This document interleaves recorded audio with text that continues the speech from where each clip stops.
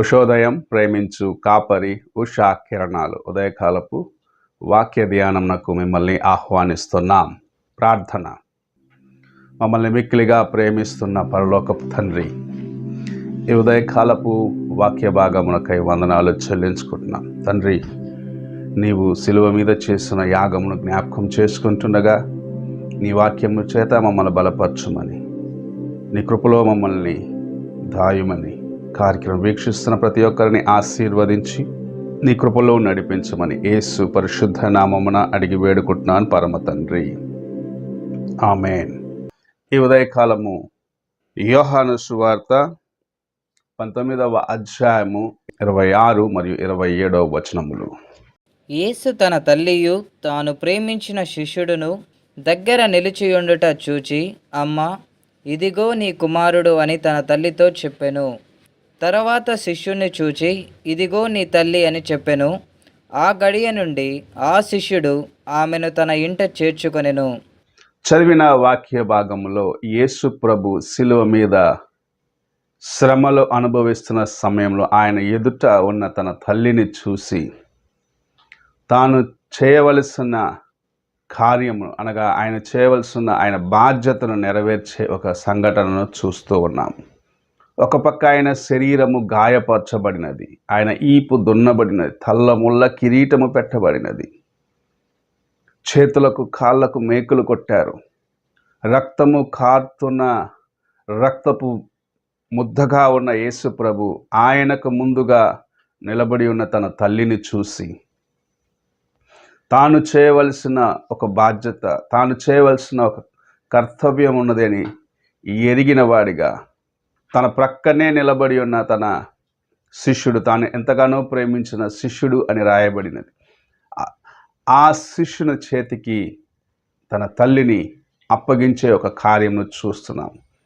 అమ్మా, ఇదిగో నీ కుమారుడు అని చెప్పటం చూస్తూ ఉన్నాం. ముదిమి వచ్చినప్పుడు నీ తల్లిని తండ్రిని నిర్లక్ష్యపరచవద్దు అని సామెతల గ్రంథకర్త చెప్పిన మాటను మనము జ్ఞాపకం చేసుకొనగలము. తాను ఉన్న స్థితిలో కూడా యేసు ప్రభు అనే యొక్క తల్లిని జ్ఞాపకం చేసుకున్నాడు. ఆమె హృదయములో ఉన్న ఆ వేదనను ఆయన గ్రహించుకున్నాడు. ఆమెకు ఓదార్పు కావాలి. తాను వెళ్ళిపోయిన తర్వాత ఆమెను చూసుకునేదానికి, ఆమె యొక్క అవసరతలను తీర్చేదానికి ఒక వ్యక్తి అవసరమై ఉన్నాడు అని గ్రహించిన ప్రభు తన తల్లిని తన శిష్యునికి అప్పగించే ఒక కార్యమును ఇక్కడ మనము చూడగలము. తల్లిదండ్రుల పట్ల బాధ్యత కలిగిన బిడ్డలుగా నీవు నేను ఉండాలి అని ప్రభు మనకు ఈ కార్యంలో నేర్పిస్తున్నాడు. తన శ్రమలో తాను గాయపడిన వాడిగా, తన యొక్క శరీరము ఒక రక్తపు ముద్దగా ఉన్నప్పటికీ తన ఎదుట ఉన్న తన యొక్క తల్లి యొక్క వేదనను, ఆమె హృదయంలో దూసుకొని పోయిన ఆ యొక్క బాణమును చూసిన ప్రభు ఆమెను ఓదార్చాలి. ఆమెకు ఒక సహాయం అవసరం ఉన్నది.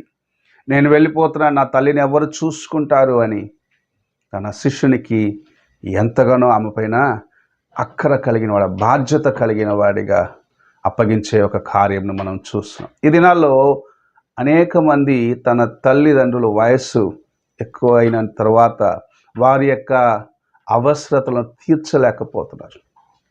వారిని ఒక భారముగా అనుకుంటున్నారు.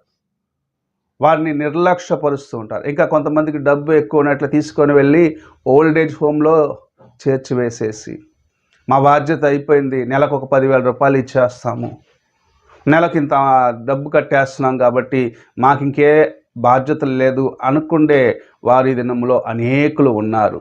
అయితే మన ప్రభు తాను ఉన్న స్థితిలో కూడా తన తల్లిని ప్రేమించినాడు. ముదిమి వచ్చినప్పుడు నీ తల్లిదండ్రులు నిర్లక్ష్యపరచవద్దన్న మాటను ఆయన చాలా జాగ్రత్తగా తన జీవితంలో మనకు నేర్పించి వెళ్ళినాడు. ఈ ఉదయకాలమున నీవు ఆజ్ఞలలో ఒక ఆజ్ఞ, నీవు దీర్ఘాయుష్మంతుడుగా ఉండునట్లుగా నీ తల్లిని తండ్రిని సన్మానించమని 10 ఆజ్ఞలో ఒక ఆజ్ఞగా ప్రభు ఇచ్చినాడు. ఈ ఆజ్ఞను నీ జీవితంలో గైకొంటున్నావా? నీ తల్లిదండ్రులను ప్రేమిస్తున్నావా? వారి యొక్క ప్రార్థన సహాయాన్ని బట్టే, వారు నిన్ను ప్రేమించిన దాన్ని బట్టే నీవు ఇంతటి వాడిగా ఎదిగినావు, ఇంతటి దానిగా నీవు ఉన్నావు అనేది ఎన్నడైనా గ్రహించుకోకుండా నీవు ఏదైనా కార్యము చేసినట్లయితే నీవు నిజముగా వారిని తృణీకరించినావు, దేవుని యొక్క ఆజ్ఞను అతిక్రమించినావు. ఆయన చూపిన ప్రేమ నీలో లేదు అని దేవుని యొక్క వాక్యం సెలవిస్తున్నది. తల్లిదండ్రులను ప్రేమించి వారిని ముదిమి వచ్చినప్పుడు జాగ్రత్తగా చూసుకుంటే బాధ్యతను కలిగి ఉన్నావు అనేది నీవెన్నడూ మర్చిపోరాదు. నీకెంత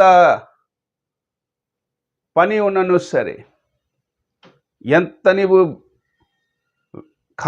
చేసే పనిలో బిజీగా ఉన్నను సరే, వారి యొక్క అవసరతలు, నీ తల్లిదండ్రుల యొక్క అవసరతను తీర్చవలసిన వ్యక్తిగా నీవు ఉన్నావు. యేసు ప్రభు మనకు కార్యమును నేర్పిస్తూ ఉన్నాడు.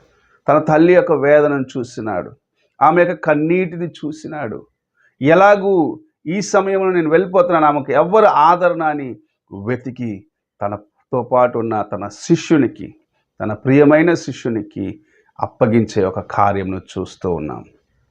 నీవు నేను ఈ కార్యమును నేర్చుకోవాలి. మన జీవితంలో ఈ కార్యమును ఎన్నడూ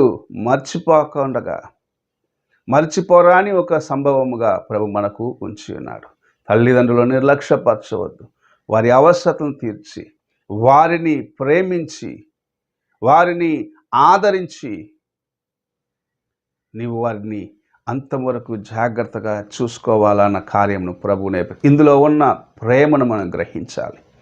తన యొక్క స్థితిని చూడలేదు ప్రభు, తల్లి యొక్క స్థితిని చూసినాడు. ఆ ప్రేమను నీవు కలిగి ఉన్నట్లయితే, ఆ ప్రేమను క్రైస్తవ కుటుంబంలో మనము చూసినట్లయితే, ప్రతి కుటుంబంలో ఆ ప్రేమ ఉన్నట్లయితే తల్లిదండ్రులు నిర్లక్ష్యపరచబడరు, వారు తృణీకరించబడరు.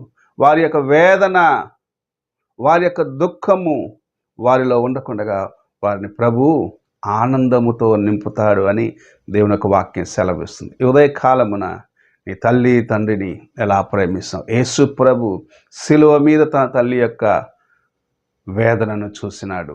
నీవు ఎలాగున్నావు? ఒక్కసారి పరీక్షించుకో. ప్రార్థన చేసుకుందాం. పరిశుద్ధుడు అయిన యేసయ్య, ఈ ఉదయకాల సమయంన శిలువ మీద పలికిన మాటను మేము జ్ఞాపకం చేసుకుంటూ, నీ తల్లి పైన నీవు కలిగి ఉన్న ప్రేమను మేమును మా జీవితంలో కలిగి ఉండేదానికి సహాయము చేయమని, మా బలహీనతలన్నిటినీ నీ కృపలో క్షమించి నీ యొక్క మార్గంలో నడిచేదానికి దేవా, నీ ప్రేమ కలిగి ఉండేదానికి మాకు సహాయము చేయమని యేసు పరిశుద్ధ నామమున అడిగి వేడుకుంటున్నాను పరమ తండ్రి, ఆమేన్. తండ్రి అయిన దేవుని ప్రేమ, కుమారుడైన క్రీస్తు కృప, ఆదరణకర్త అయిన పరిశుద్ధాత్మక సహవాసము ఇప్పుడు ఎల్లప్పుడూ తోడై ఉండి సదాకాలము నడిపించునుగాక. ఆమేన్.